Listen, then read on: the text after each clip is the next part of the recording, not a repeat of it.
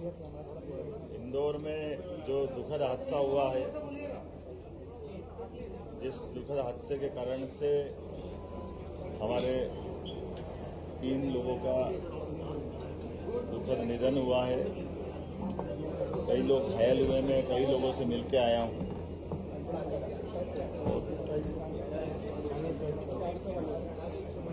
मिल के आने के साथ हमने सभी घायलों को पूरा इलाज कराने का, जिनकी ऑटो वगैरह टूटी उनको ऑटो दिलवाने का, प्रत्येक मृतक को 4-4 लाख रुपया, घायल का पूरा इलाज कराने के अलावा भी 1-1 लाख रुपया उनके लिए भी, और 1-2 गरीब परिवार के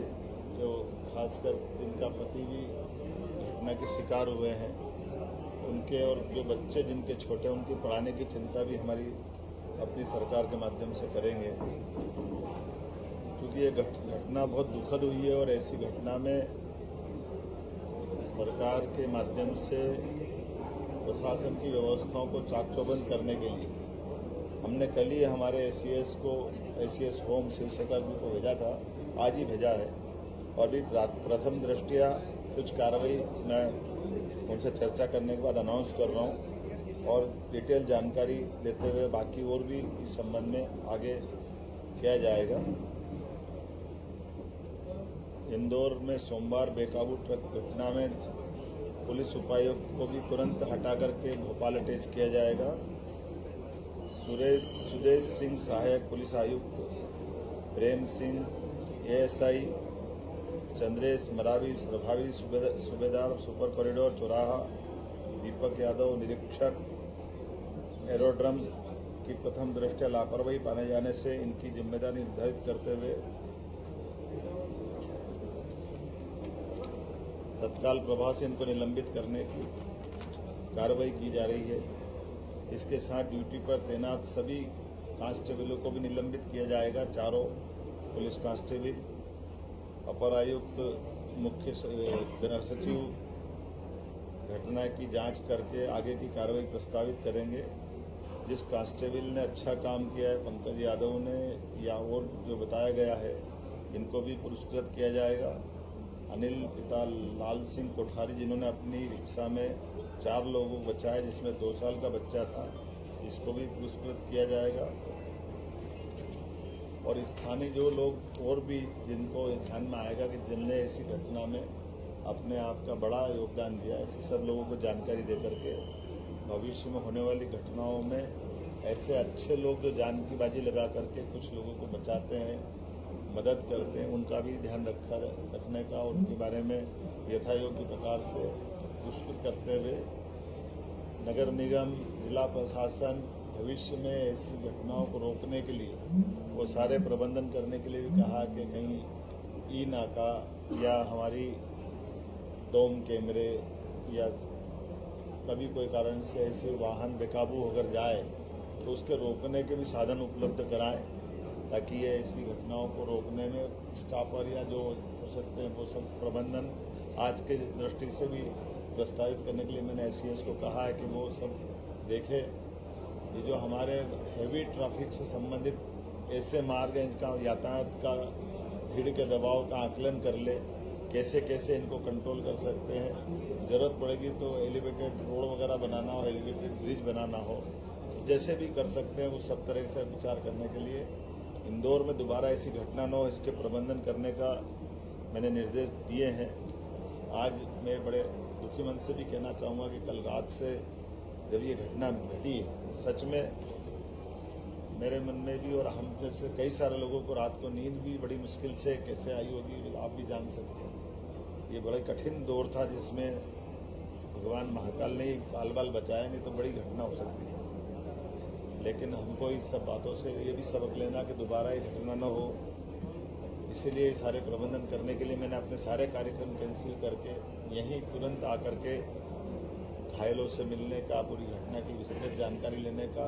और वरिष्ठ अधिकारियों को इस पूरे काम पर लगाया, ताकि वो इसकी तह में भी जाए कि इस सारी घटनाओं के अंदर कोई हमारी कहाँ चूक हुई, भविष्य में वो चूक ना हो, इस पर भी हम काम करें। एक और कल हमारे लिए सौभाग्य की बात है, यशस्वी प्रधानमंत्री का इंदौर आगमन हो रहा है। माँ अहिल्या की नगरी में उनका आगमन हमारे लिए एक अलग अवसर भी दे रहा है। जब यहाँ पुराने समय में इंदौर, उज्जैन, रतलाम, ग्वालियर कॉटन मिल हुआ करती थी, जब कॉटन की बड़ी बड़ी इंडस्ट्रियाँ चलती थी, राजा महाराजाओं अंग्रेजों के काल में बड़ी बड़ी इंडस्ट्रियों से लोग रोजगार पाते थे। बाद में सरकारों के, कांग्रेस की सरकारों के द्वारा ध्यान न देने के कारण से धीरे धीरे करके वो सारे मिल बंद हो गए। मिल बंद होने से और बड़ा नुकसान हमारी कॉटन की जो खेती कपास की होती है। ऐसे में हमारी सरकार ने प्रयास किया कि ये वापस कॉटन कैपिटल हमारा राज्य बने, कपास की खेती को फिर प्रोत्साहन दे और फसल से लेकर के धागा, धागा से लेकर कपड़ा और कपड़े से रेडीमेड गारमेंट्स की हमारी अलग अलग प्रकार की निर्यात इकाइयाँ काम करें। इसलिए 6 लाख से ज़्यादा किसानों की मदद करने के लिए और इस धार के पास बदनावर तहसील में बड़ा इंडस्ट्रियल पार्क, पीएम मित्रा पार्क बनाने की जो हमारी अपनी योजना है, कल माननीय प्रधानमंत्री जी उसका भूमि पूजन करने आ रहे हैं। इस अवसर पर स्वस्थ नारी, सशक्त परिवार और पोषण अभियान की भी वो शुभारंभ करेंगे। ये सेवा पखवाड़ा भी हमारा रहने वाला है, जिसके कारण से भविष्य में हमारे परिवार में माता बहनों की सुविधा के साथ अभियान के अंतर्गत एनीमिया की रोकथाम, संतुलित आहार, मासिक धर्म पर स्वच्छता जागरूकता अभियान इत्यादि प्रकार से कई कार्यक्रमों की शुरुआत होगी। हमारे द्वारा ये जो पीएम मित्रा पार्क है, लगभग 2158 एकड़ में होने वाला ये बड़ा पार्क है, जिसके माध्यम से विश्व स्तरीय सुविधाओं से सुसज्जित किया जाएगा। ये देश में 7 पीएम मित्र पार्क लोगों को रोजगार उपलब्ध कराने के लिए माननीय प्रधानमंत्री जी की कल्पना के बाद अपना साकार रूप ले रहे हैं। लेकिन हमारे लिए और आनंद की बात है कि इसका सबसे बड़ा और सबसे पहला पार्क का भूमि पूजन हमारे यहाँ ही हो रहा है। और इसकी एक और बात है कि जब हमारे विकास का शुभारंभ होगा, मई समान रूप से 11 तारीख तक पूरे पार्क की सभी लैंड का अलॉटमेंट, देश के बड़े बड़े स्वनाम धन्य सारे कॉटन और कॉटन से जुड़े हुए इंडस्ट्री वाले, सभी प्रकार के कपड़ा बनाने वाले हमारे उद्यमियों ने हमारे इस पूरे प्रोजेक्ट के लिए अपनी बढ़ चढ़ कर के भूमि अलॉटमेंट में हमारी आज की स्थिति में सारी जमीनों के प्रोजेक्ट के प्रस्ताव को सभी उद्योगपतियों ने न केवल लिया है, बल्कि उसकी राशि जमा कराने की दिशा में भी ठोस कदम बढ़ा करके वो आगे बढ़े। तो ये एकमात्र ऐसा पार्क बनेगा, इस इंडस्ट्रियल पार्क, जिसमें एक तरफ इंफ्रास्ट्रक्चर के काम भी होंगे, दूसरे समान रूप से इंडस्ट्रियों के अपने अपने निर्माण भी चालू हो जाएंगे। अर्थात ये ऐसा नहीं कि खाली हम अपने निर्माण पार्क के अंदर की सड़क और अधोसंरचना के करेंगे, कारखाने बाद में आएंगे, ये दोनों एक साथ होंगे। मैं इस बात के लिए हमारे राज्य के युवाओं की दृष्टि से, गरीबों की दृष्टि से, महिला और किसानों के लिए ये कपास और बाकी सब लोगों के लिए रोजगार के बड़े अवसर देगा, जब इसमें 1 लाख से ज़्यादा लोगों को रोजगार मिलेगा और 6 लाख से ज़्यादा किसान परिवारों को इसको लाभ मिलने वाला है। यहीं पर हमारा 20 MLD का कॉमन ट्रीटमेंट प्लांट, 10 MVA का ऊर्जा संयंत्र, पानी बिजली की सुरक्षा की आधुनिक सड़कें बनाने की, 81 प्लग एंड प्ले यूनिट्स इत्यादि कई प्रकार के काम हम यहाँ करने वाले हैं। पीएम मित्रा पार्क को भरोसा जताते हुए अभी तक 23,146 करोड़ के निवेश के प्रस्ताव हमको मिल गए हैं। ये अभी हमारे लिए बहुत बड़ी अपने आप में, और इसी के साथ साथ वस्त्र उद्योग से जुड़े बड़े संगठन और उद्योग समूह ने निवेश के बारे में अपने प्रस्ताव हमको दे दिए हैं। धार से निर्मित वस्त्र और परिधान अब सीधे ग्लोबल अर्थात विश्व के मार्केट पे जाएंगे, जिसके कारण से मध्य प्रदेश टेक्सटाइल हब के रूप में जाना जाएगा। मैं मान के चलता हूँ कि प्रधानमंत्री मोदी के 5F के अनुसार फार्म से फाइबर, फाइबर से फैक्ट्री, फैक्ट्री से फैशन और फैशन से फॉरेन तक ये वैल्यू चेन हमारे यहाँ बनने वाला रहेगा। हमारे बीच में आज जब ये मैं पार्क की बात कर रहा हूँ, तो इसके आधार पर कई सारी सौगातें और भी मिलने वाली है। और सेवा पखवाड़े के माध्यम से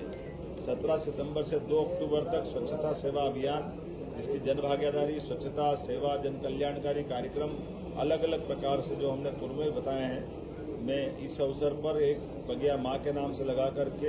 हमारे स्पोर्ट्स की सभी प्रकार की एक्टिविटी और बहुत सारे कामों के बारे में भी हमारी अपनी सरकार के माध्यम से सामाजिक संगठन, राजनीतिक दल सबको जोड़ करके इस पर काम कर रहे हैं। कल सुमन सखी चैटबॉट की लॉन्चिंग भी माननीय प्रधानमंत्री जी के द्वारा होगी, जो प्रधानमंत्री सुरक्षित मातृत्व अभियान के माध्यम से मातृ एवं शिशु स्वास्थ्य में जागरूकता के लिए सुमन सखी चैटबॉट लॉन्च करेंगे। सिकल सेल स्क्रीनिंग के 1 करोड़वें कार्ड का भी कल वितरण, एक तरह से हमने ये अलग अलग प्रकार की सिकल सेल एनीमिया की जांच का जो अभियान चलाया, लगभग 1 करोड़ लोगों की जांच हमने करी है। ये बड़ा अभियान, तो इसका 1 करोड़वां कार्ड कल हम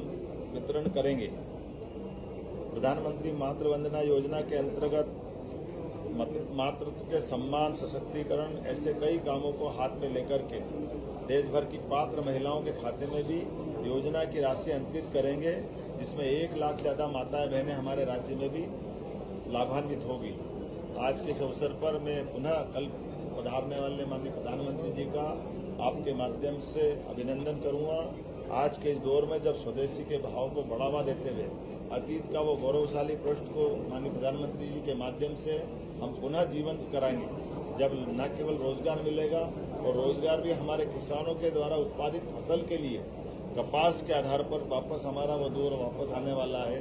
आइए हम सब माननीय प्रधानमंत्री जी का